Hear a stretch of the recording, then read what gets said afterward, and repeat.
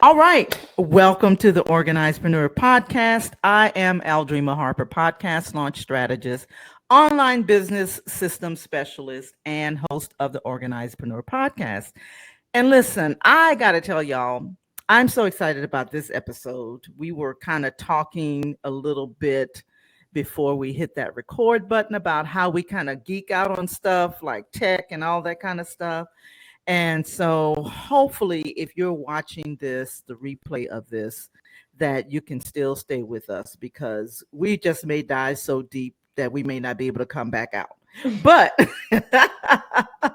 I'm really excited about this call because I am interviewing Tahjma Van Buren, who is an entrepreneur who specializes in search engine optimization for podcasting. Now, she does some other things as well, but today we're going to be talking about search engine optimization or SEO and for podcasters. Now, we met on my networking event and there was just this instant connection. It was like, girl, I got to have you on my show. and so we've been talking about some other things that we're going to do some collaboration on, but we're not going to talk about it right now, but just so that people will know that that's something that we're going to be doing. So you definitely want to stay tuned for that. But Tahjma, welcome to the podcast. I'm so excited that you are here. What is going on, my friend? How are you? I am great. Thank you so much for having me. I'm excited. Yes. I'm really excited about the topic, and we're going to get into that, a little bit in just a few seconds. But why don't you, for the sake of those who have no idea who you are, because first of all, they're probably looking at your name and they're probably like, how do you pronounce it? So I'm so glad that I got the heads up on how to pronounce it, but because I just love your name, Tahjma. And of course, she said, it's like Taj Mahal. Yeah. And so, but I'm super excited, about you being on the show. And so tell us a little bit about, yourself, where you are, what you do, how do you serve others, that kind of thing. Sure. I am Tahjma Van Buren. I am based in North Carolina. I specifically specialize in search engine optimization. And that's specifically helped me in podcasting because you can have a podcast, you can have it edited really well, but then how do you get other people to listen to it? So that's where a lot of that came from. I've been building websites since I was like 12 or 13. And I started in my podcast journey because I wanted to do blogging, but then YouTube and social media really started taking such a huge leap into what was going on in our world, and people didn't want to read anymore. So how do I get people to hear what I'm saying? And how do I cultivate community for myself? So that's where a lot of this comes from. Oh, wow. You said you've been doing this since 12 years old. Listen, I got to tell you, you don't look much over 12. I mean that in a really good way, So I just, appreciate it. yeah, I mean that in a very, very good way. So you said you were doing websites and things like that. Are you still actually doing websites as well, or just focusing on podcasting? So I do anything in the realm of digital marketing because Okay. search engine optimization is kind of the backbone of all of that, which puts me in a space where I'm writing blogs for other people, producing podcast episodes, helping people to do their entire website copy. Because if you are going to pull all these keywords out, then you need to be able to use them in the best possible way. So anything in the content realm is what I'm doing. Gotcha.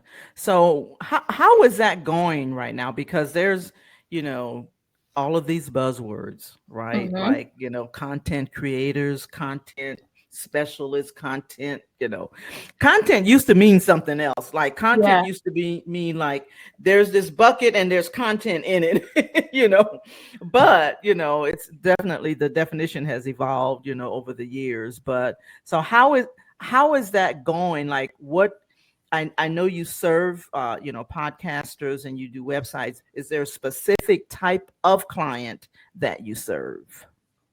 I love service providers, particularly.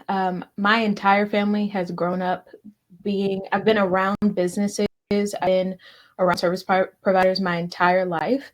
And the thing that's been consistent with them is, how do I stay in my craft and get other people to recognize that I exist? Whether that was a tax professional or my mom is an event planner and a coach, how do I get people to know I exist?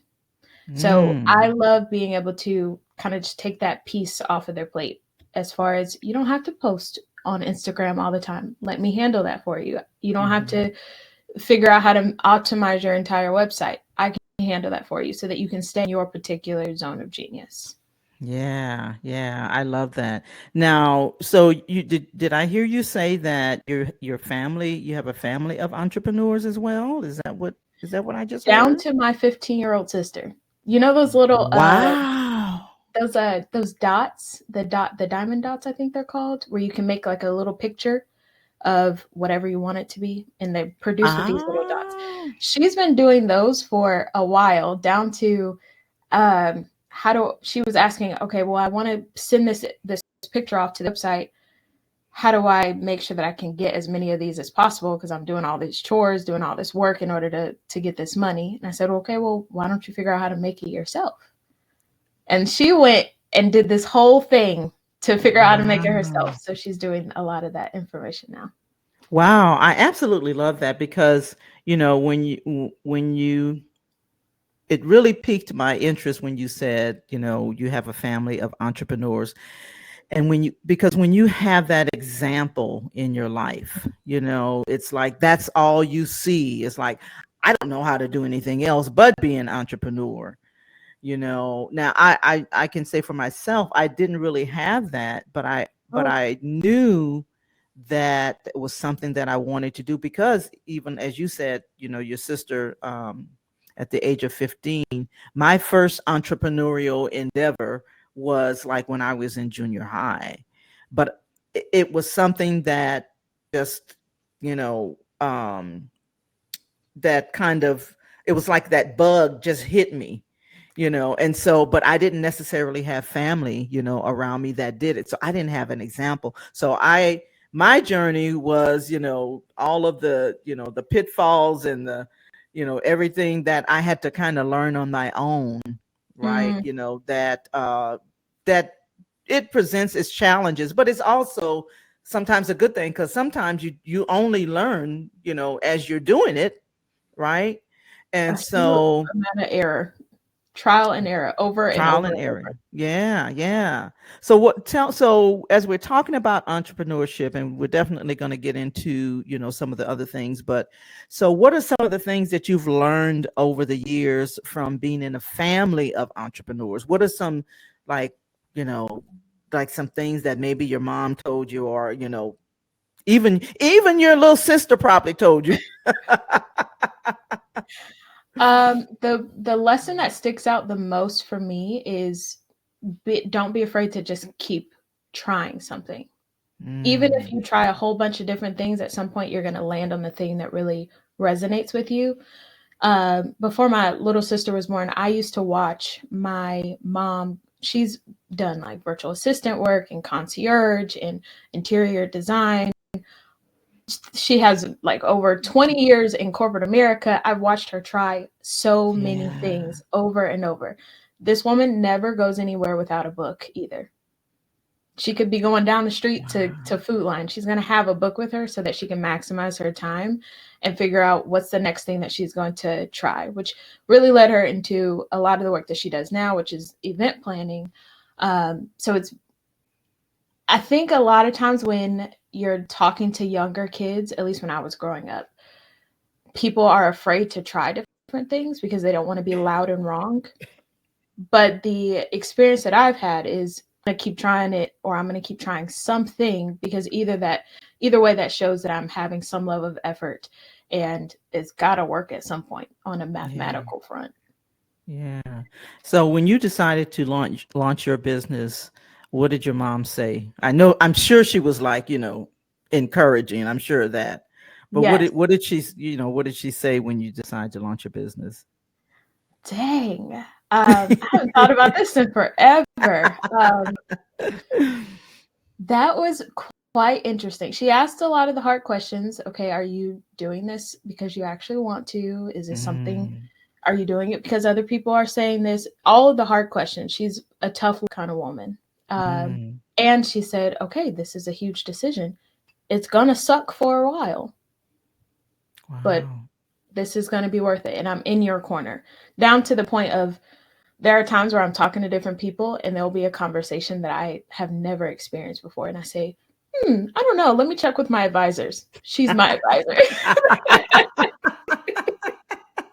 Oh my goodness. I absolutely love that. Yeah. I love the fact that she asked the hard questions, because sometimes, people will not be realistic, or not talk about the non-sexy side of entrepreneurship, Yeah. right? That it is not for the faint at heart. It's not, if you're not in it, you just might as well stop, because it's not for people who don't have, kind of like tough skin, get used to rejection, things like that. And you got to be in it for the long haul. Mm-hmm.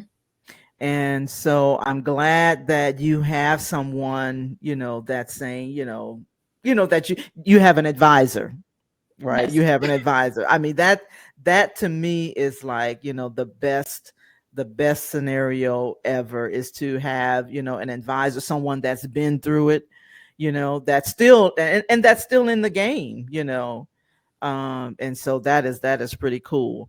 There will Now, be so many go times ahead. where I will go and I'll tell her a problem that I'm having and I will be boo-hoo crying. She said, okay, are you Mm. done? Are you done? I know you have feelings. You had your moment. Wow. Now I need you to get up and let's do something about it. And in the moment you're like, come on, now I'm trying to feel how I want to feel. But it always changes the game for me because honestly, you could be down for an extended amount of time if you allowed Mhm. yourself to be. Absolutely, absolutely. And that's what I mean about the unsexy part of entrepreneurship.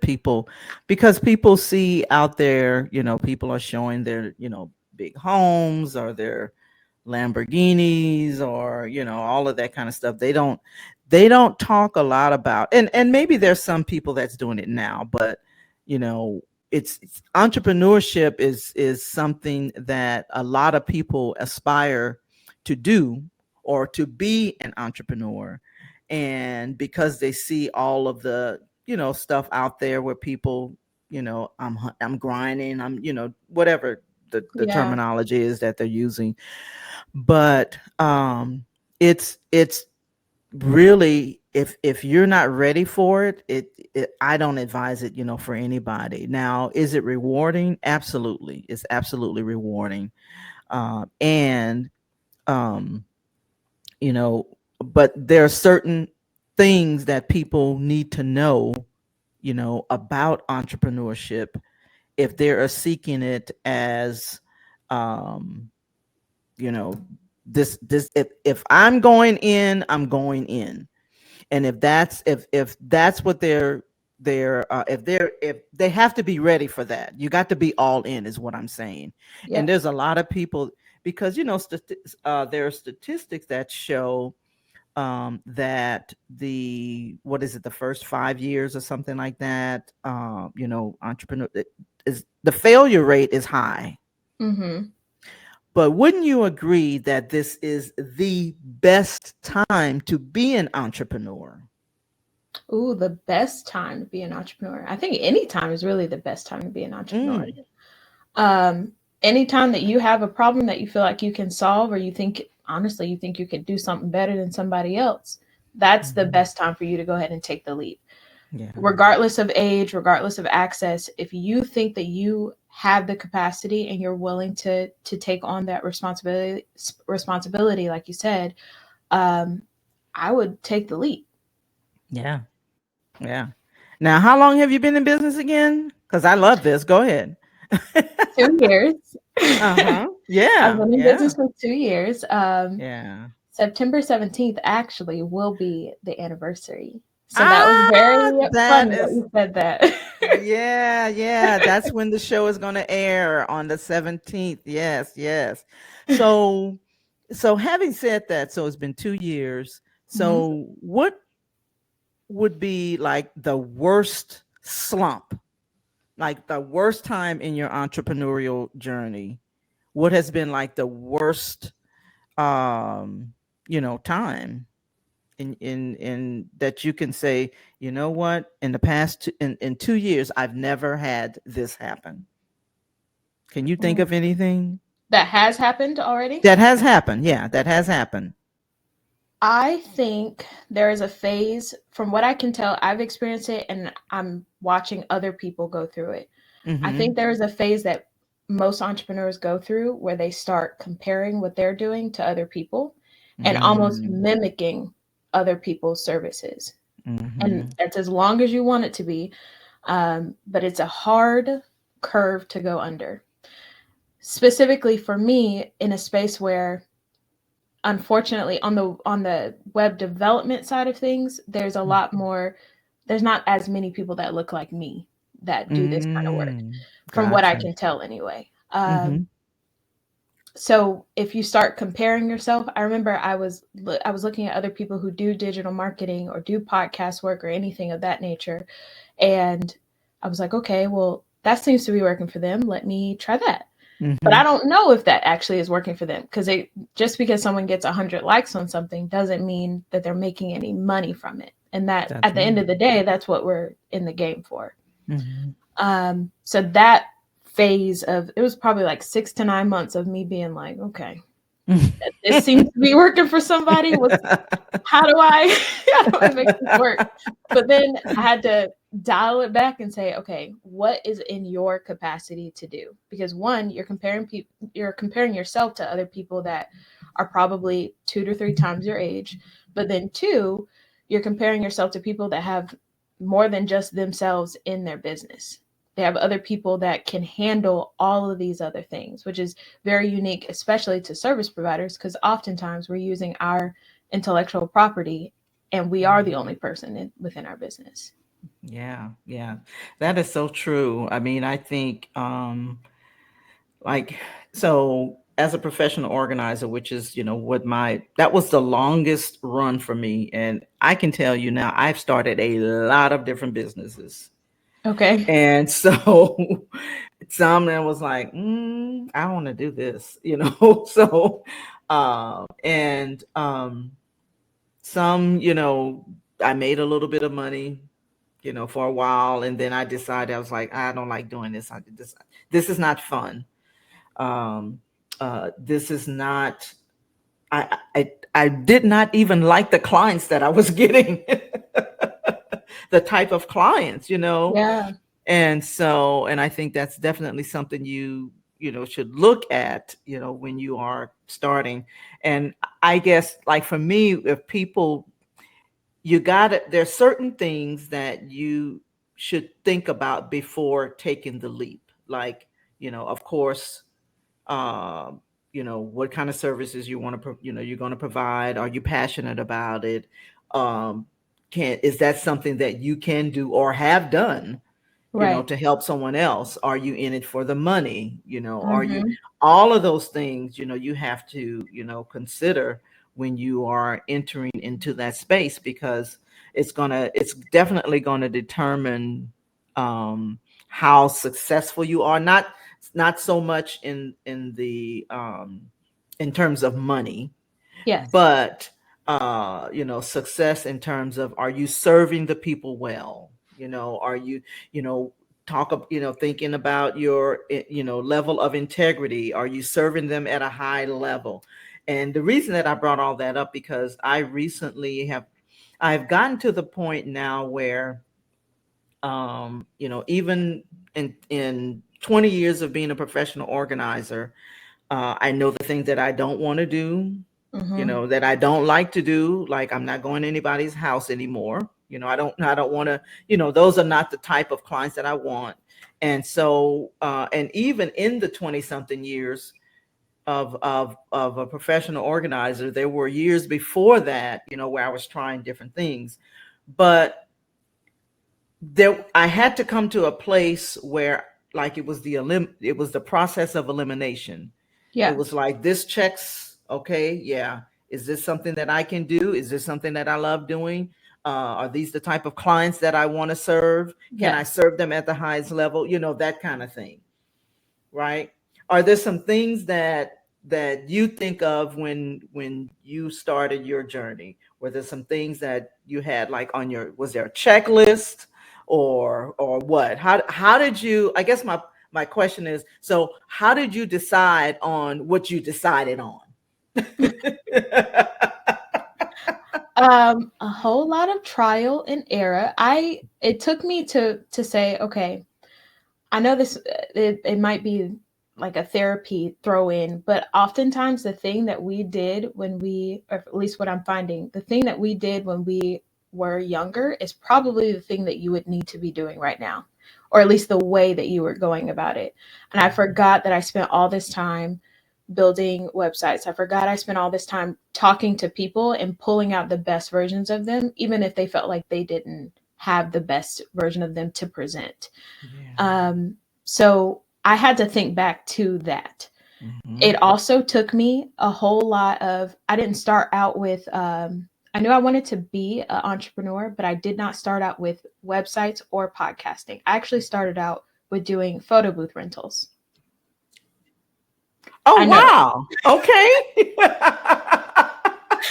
I started out doing that because I thought, okay, well, I know I don't want to plan an event.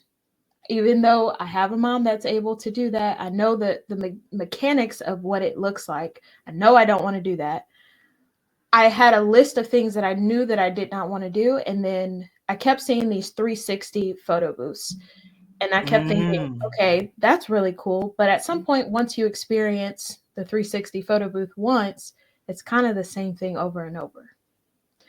So I thought, okay, well, let me spend $10,000 on a photo booth. Yeah. Needless to say, I don't have that business anymore. But it's because I sucked at selling it, because I did not understand how to communicate that well. And if you're not invested in what you're selling, you can't sell it well. Not in my experience. But I knew that I could sell. I want to help you build your business and make it so that people can find you, so that you're not spending so much time on your marketing strategy and you can actually do the part of your business that you want to do. Oh my gosh, you brought out so many things. So one of the things that I heard was, in one of the words that I use, like, you have a proclivity toward that thing. Okay. Like you said, when you said, think about some of the things that, you've done in the past, right? And some of the things that, you kind of lean in toward, right? Yes. And so, and even like for me, the different businesses, I can look back at the different businesses that I started, and they all pointed back to some of the things that I really had a proclivity for, meaning, like, in an organization, as a professional organizer, it incorporated my organizing skills, my administrative skills, my desire to help people, to remove the clutter, all of those things. And when I started, I mean, I didn't even know it was a thing. I didn't even know a professional organizer was a thing, and I just was like, let me look this thing up. And then there was this association for it, and all that. I was like, oh, okay, I'm onto something, right? Yes. And then, so, saying that is important, to recognize, or, look back at some of the things that you really have a proclivity for, And even as I look back, and I share this, in different venues, as I look back on some of the things as even growing up, I always leaned in toward technology. I leaned in toward because now this is before your time, but cassette players. Your mom will No, that was my probably. time. Okay. Anyway, I used to have a cassette player in my car, but I loved installing them, right? Oh, okay. And so I had this thing about electronics and tech stuff, and I used to take apart like a transistor radio because I wanted to see what was inside and see Mm-hmm. how things work. And so I was really, most of my life I've been like in a kind of a male dominated arena, most of the time. And so when you said that, it made me think about, the things that I had always had this proclivity for. It was like, these were always, I don't like to cook. So I'm not going to, you know what I'm saying? So, Yes. those things are really important. That's, my point. That's my point, is that it's very important to look at those things. And even when I talk to, people who are trying to decide, like, I don't know what I'm supposed to be doing, because there's people like at my age are still trying to figure out, well, what is it, that I don't know what I'm supposed to be doing, right? Yeah. As an entrepreneur, as a career. But those are ways that you can um, make decisions on those things. And not only that, what you said about being able to sell that service, right? You got to be able to articulate you know how it works, the benefits, and all that, so that people will want to buy that thing from you, or that Yes. service from you, right? Right. And so all of those things matter when you're trying to make that decision. A lot of people say, well, I just want to do my passion. Well, I'm here to tell you, you probably don't want to start there. It's Yeah. important, right? But that should never be the first thing. We have a lot of I have a lot of passions, right? Mm-hmm. A lot of passions that could lead me in the direction that, like, I don't need to go, right? And so it takes all of that. It takes the passion, it takes the proclivity, it takes, all of those things to help you make a decision. So you said so many things, and I'm going to stop there so we can move to the search engine optimization stuff, because I can really go down that rabbit trail, because you brought up so many things that people don't understand. And I love it at such a young age that you discovered, and you were, wise enough to seek counseling from your mom, right? And look at, what she's doing, how she's doing it, and be open to that, you Mm. know. So yeah, I think this is really going to be, helpful for people to, kind of think about that if they're trying to make that kind of decision, I you know. agree. This is Yeah. exciting. Hopefully it doesn't Yeah. cost me $10,000, but that that'll be good. That part right there. So so let's kind of move into the search engine optimization, or SEO. So let's talk about so we know that, you use it for websites and podcasting and things like that. How did you how did you decide, okay, I'm going to really lean in to SEO to help people? How did you decide? Go ahead. That was largely on my end, especially I feel like I've had a bunch of different jobs. I was trying to figure out, how do I get people to listen to a podcast episode for myself, Mhm. but then also for different clients. So Mhm. a lot of times I started with, once I quit my very first big girl job in the nonprofit space, I made a pivot to doing a lot of virtual assistant work. Mhm. And virtual assistants gives you an opportunity to really understand so much about people's businesses and understand what area do you want to help people in. And the thing that I really zoned in on was podcasting and just editing those pieces of audio, the video, so on and so forth. Mhm. But then no one was listening to it. So I had to Mhm. figure out, okay, what's going to get people to actually listen to this episode. So I went on a deeper dive and realized some of the things that I was learning when I was, again, 12 or 13, or actually what was search engine optimization.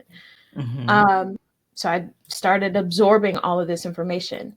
SEO, a lot of times, or it does start with your website, but it can go into such a nitty gritty of just your podcast episode title. Mhm. Is that a searchable thing? At its basis, it's, can people find this information? Mhm. Yeah, yeah, absolutely.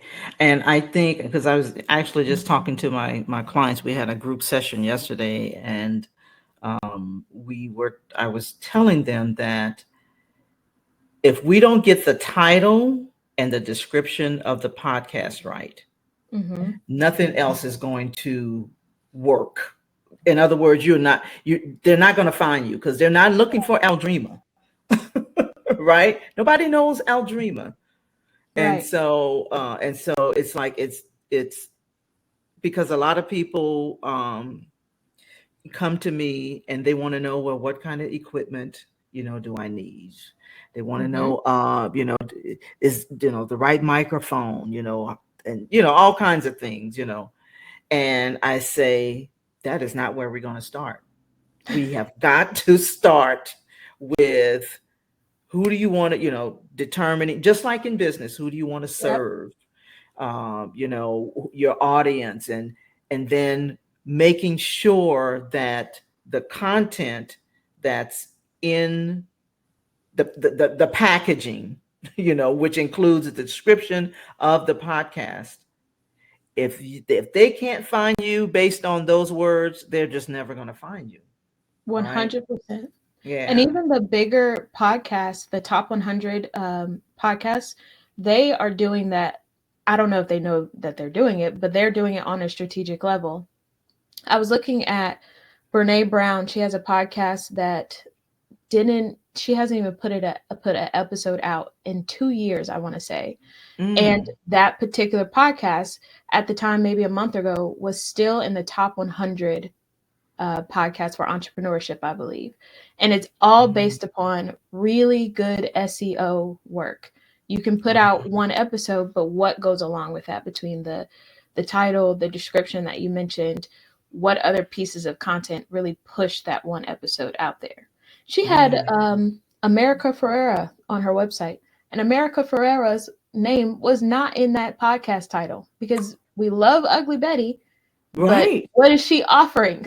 Yeah. Why do I want to listen to this episode? Not only that, I mean, it might have worked better if Ugly Betty was in there as opposed to her name because Right, you know, right. I used to love the show, but I definitely couldn't remember her name. Oh, wow. Yeah, I didn't remember her name, but I used to love. Oh man, I used to love that show. Love that show. Yeah. So tell us about tell us about either if you can share about clients or things like that. I'm sure you don't want to share names or anything like that, but what has been some of your like success stories, or tell us how we can some tips or something like that. So I'm just going to sit back and listen because I want to know as well, so I'm just going to give it to you. Sure. I appreciate that. Two people in particular come to mind.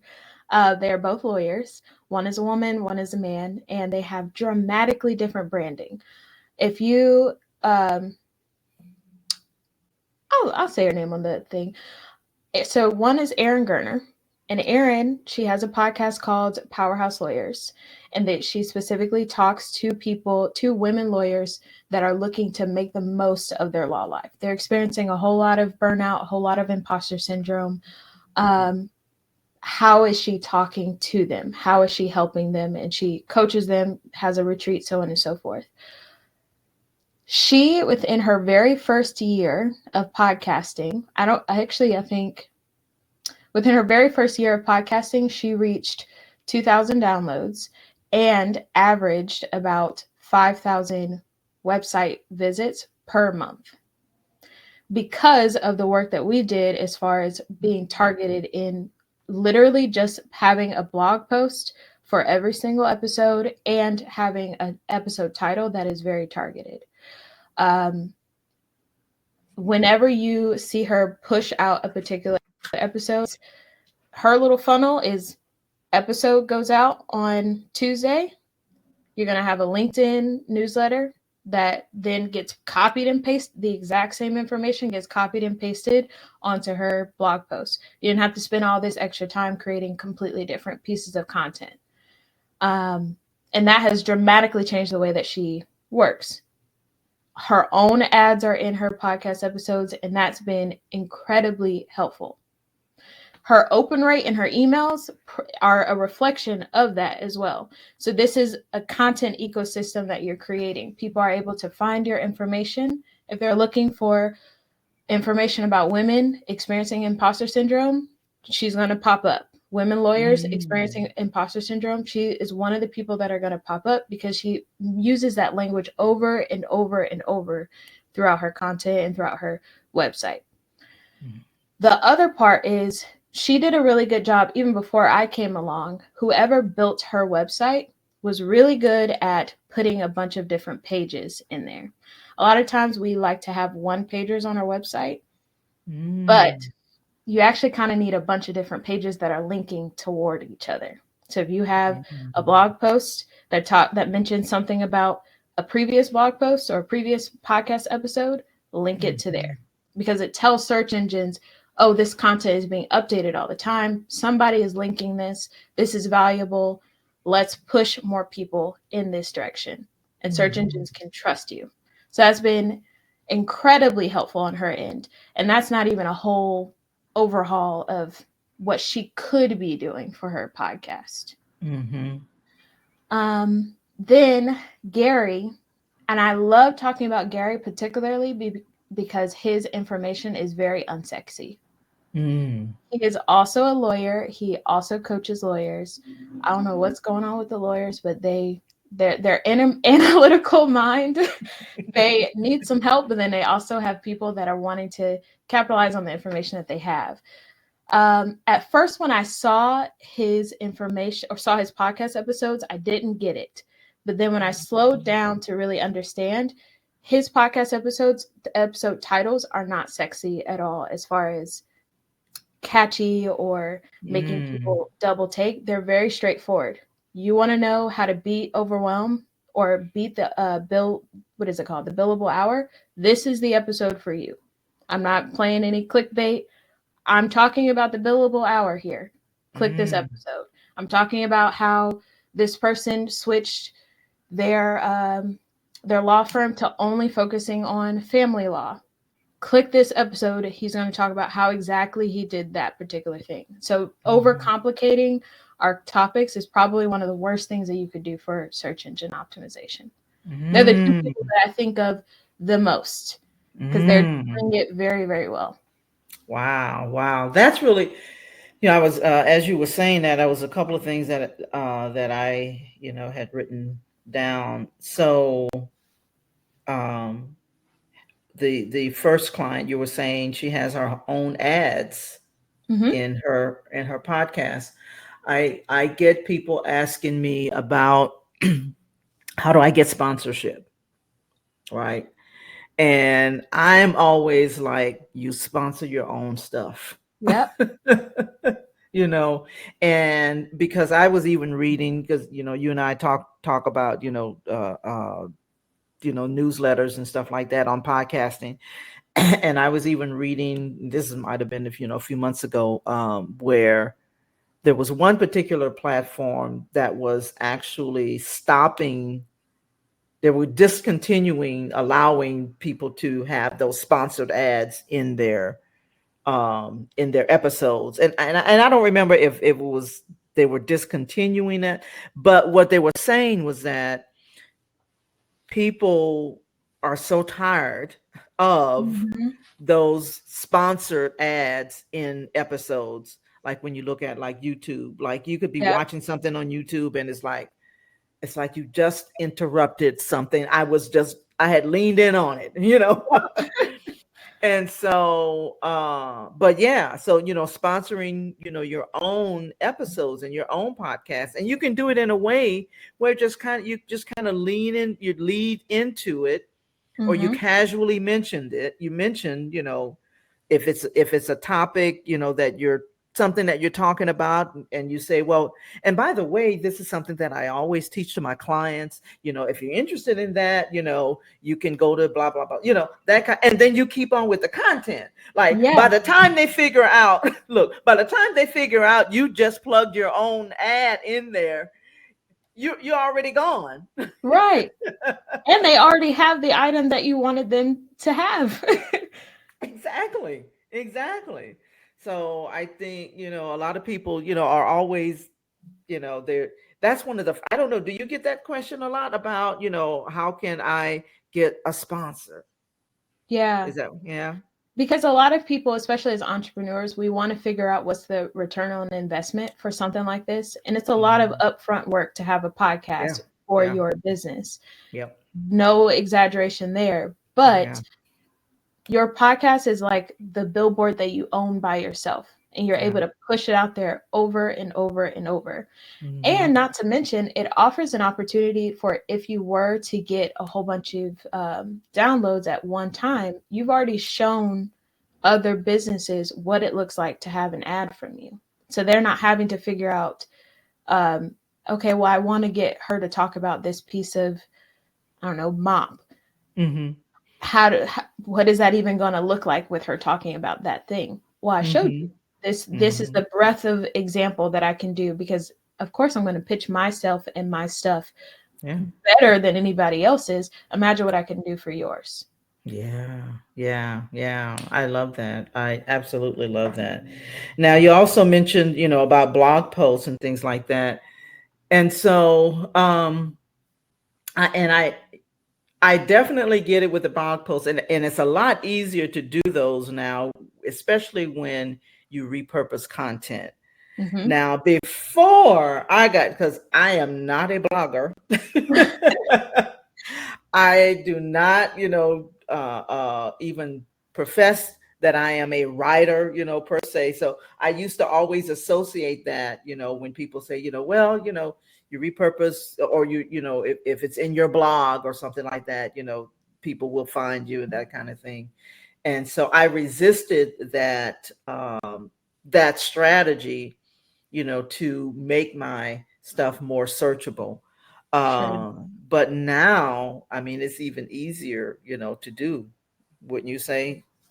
100%. Yeah. Sometimes, and I don't, different people feel different ways about AI. Sometimes you can get AI to even start the blog post for you. Are they Yeah. going to do a great job of articulating your voice? Probably not.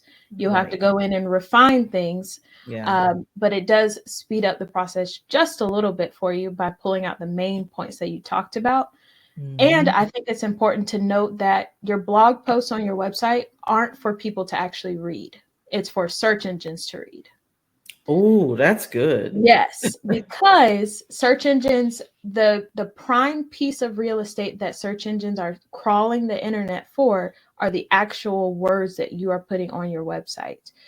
Right. Um, so you putting up a blog post is just telling search engines stuff like that exists over here, send them here.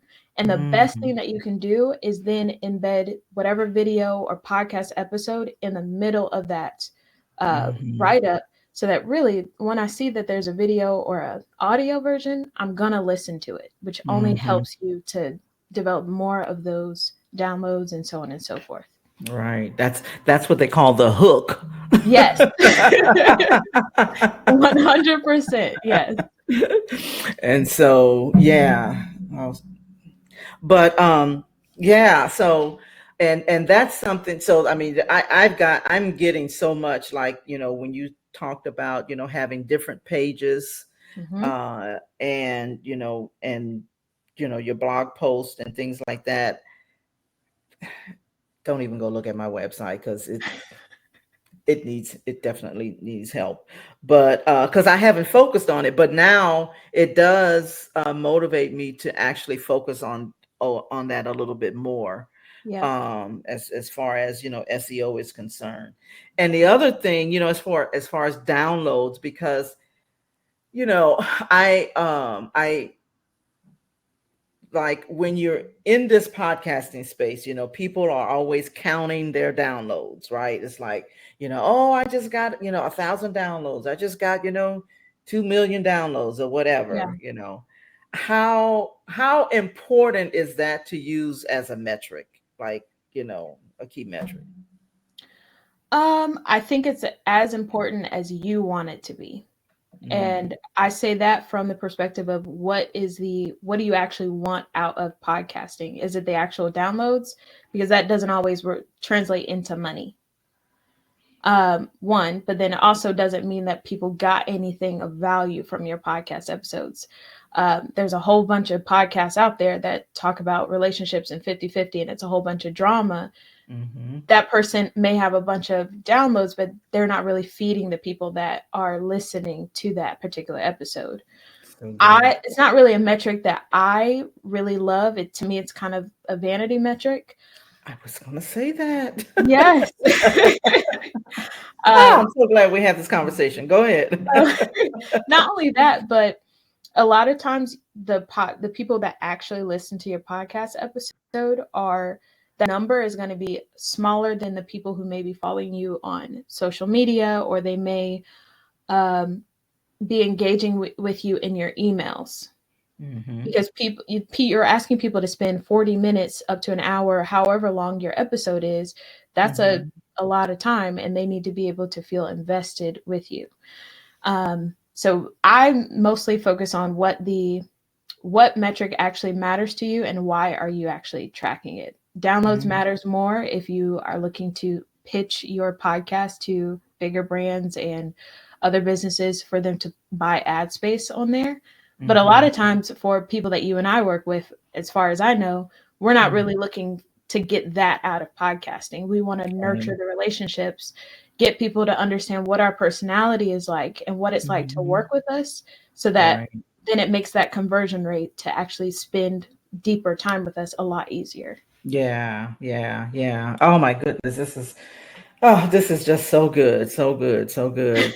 Are there are there some other tips that, before we kind of, get to a close, are there some other tips that you wanted to share with everybody? My best thing probably is if you are going to do anything with your website, I would probably do a keyword research before anything else, because Mm, that keyword research is going to tell you what language your people are using. Sometimes people are also misspelling words, but if they're misspelling that word when they're Googling it, you need to be misspelling it too. oh wow. Okay. Because it tells, again, search engines, this kind of content exists here. It's Mm-hmm. either you can make a joke about it, as far as, are you spelling entrepreneur this way when it's really Right. spelled this other way? Yeah. And it shows your personality, gets people to that website, and it tells you what they are searching for. Even if you decided not to do a podcast or decide not to update your website, those are keywords that you need to be using in your hashtags, in the titles of your episode, whatever it is, pepper it across everything. And it Mm-hmm. honestly is a quick way to do competitor analysis, because other people who are doing the work that you are doing, you want to be able to look them up and figure out, okay, how are you ranking in Mm-hmm. SEO In to that show them. genre. Correct. Mm-hmm.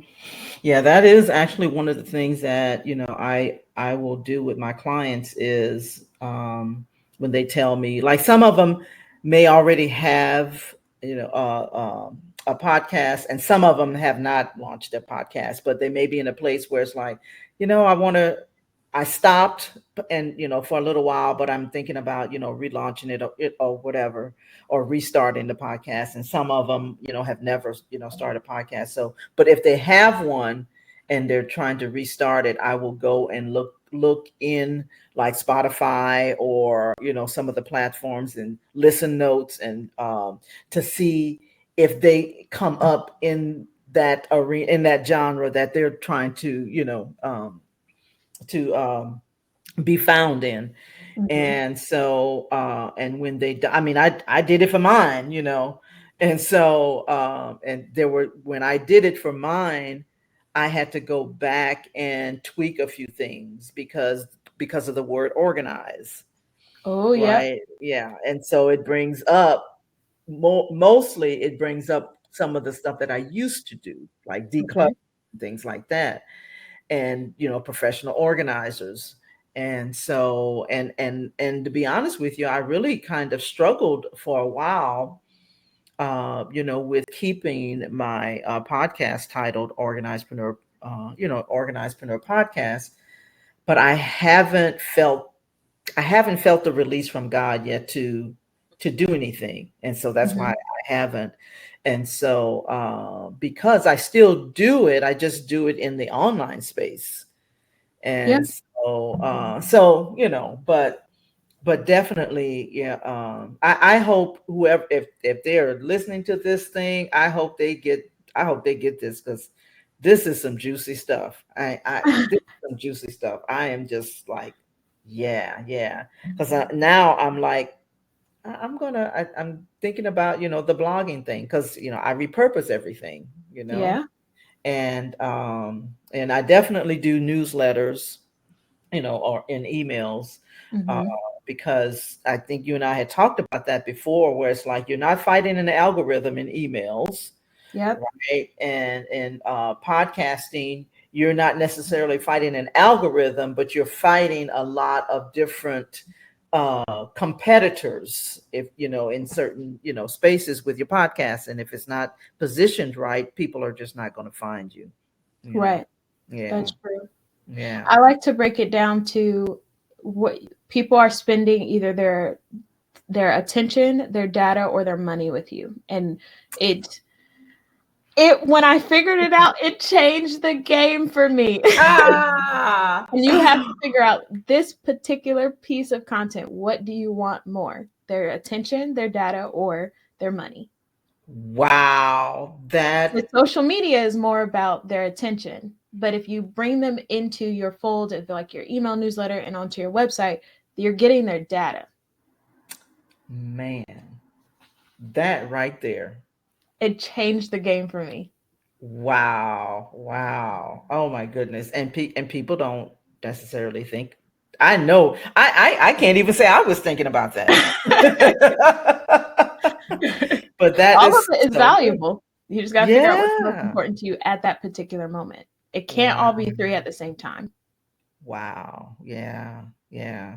Because that's like currency. I was thinking about different forms of currency, and I was kind of just jotting something down in my journal this morning, and I was like, people think about money, of course, Right. that's, the currency.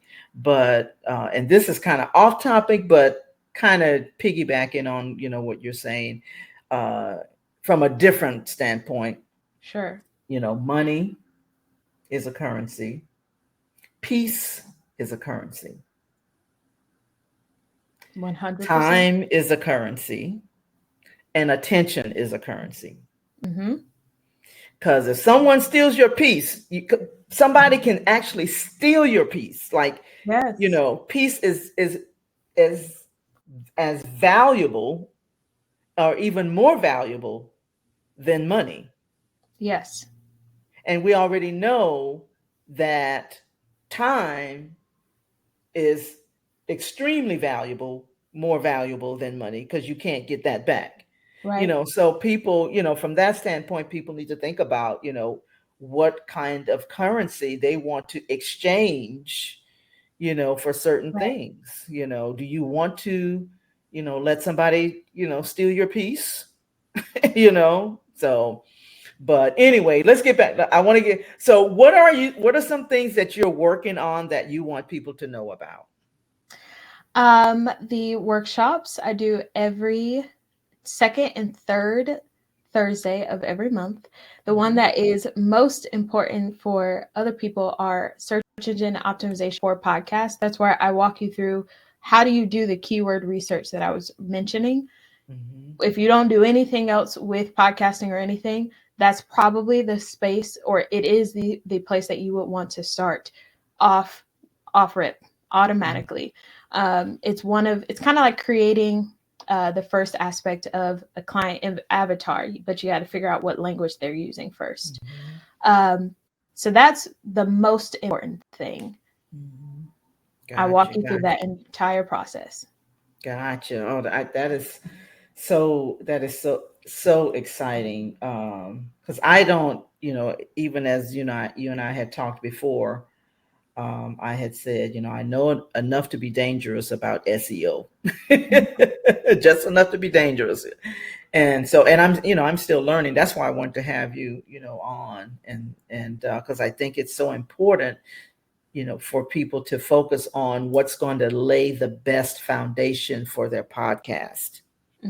So anything else you're working on, and of course, let people know how to reach you, and we're definitely going to put that in the show notes as well. But anything else that you want to share with people that that you're working on, that you want people to know about? That is the main thing. The main that thing. I want people to know about that particular workshop. And if you want to reach me, I'm largely on LinkedIn with just my name. And then the website is imovesmanagement.com. Yeah, imovesmanagement.com. Now, how did you get that name? I'm so glad you asked. I know, right? I'm so glad you asked. I love telling this. So my middle name is Iman, IMAN, which means hope and faith. But I didn't want my middle name a part of my business name, or laid out. I don't remember which exact Bible verse it is, but it's basically, the story of the faith of a mustard seed, right? Yes. Okay. So Iman, hope and faith. Little faith makes room for big action. I moves management. Oh my God. My head is like, I know that's a whole lot of thought, and no one else in the world is going to understand that unless they ask. But every time I say it, it feels like I'm speaking that over myself and then the people that I have the opportunity to work with. We can do a whole bunch of different things, but this little bit of knowledge that we have, this little bit of faith that we have, makes room for so much action for us to make for the people that we serve and the communities that we impact. Wow. I love telling it. Thank you. Oh my goodness. I love that. For some reason, I was just inspired to ask you about that, because I see it, of course, Yes. and I was like, when you said that, I was like, I wonder where she got that name from, because most people, when they create their websites or whatever, they use their name. Like mine is aldreamaharper.com. Yes. That's one of my domain names and stuff like that. But now, do you tell that on your website how you got how no, so I don't share that at all. If you ask, cool. And okay, that's a moment where we get to experience that together. I love it. Otherwise, no, I don't. Not for any Wow. particular reason, but it just Yeah. something else. Yeah. But it definitely invokes a conversation around it. Do you often get asked about that? You are the second person to ask. Okay. A lot of people are That's like, okay, what can you do for me? Yeah. I like to get into what the things what makes people where they are now. How did they get there? That type of thing. So yeah. But I am so glad, Tahjma, that that you came on the show. I promise you this is not the last time.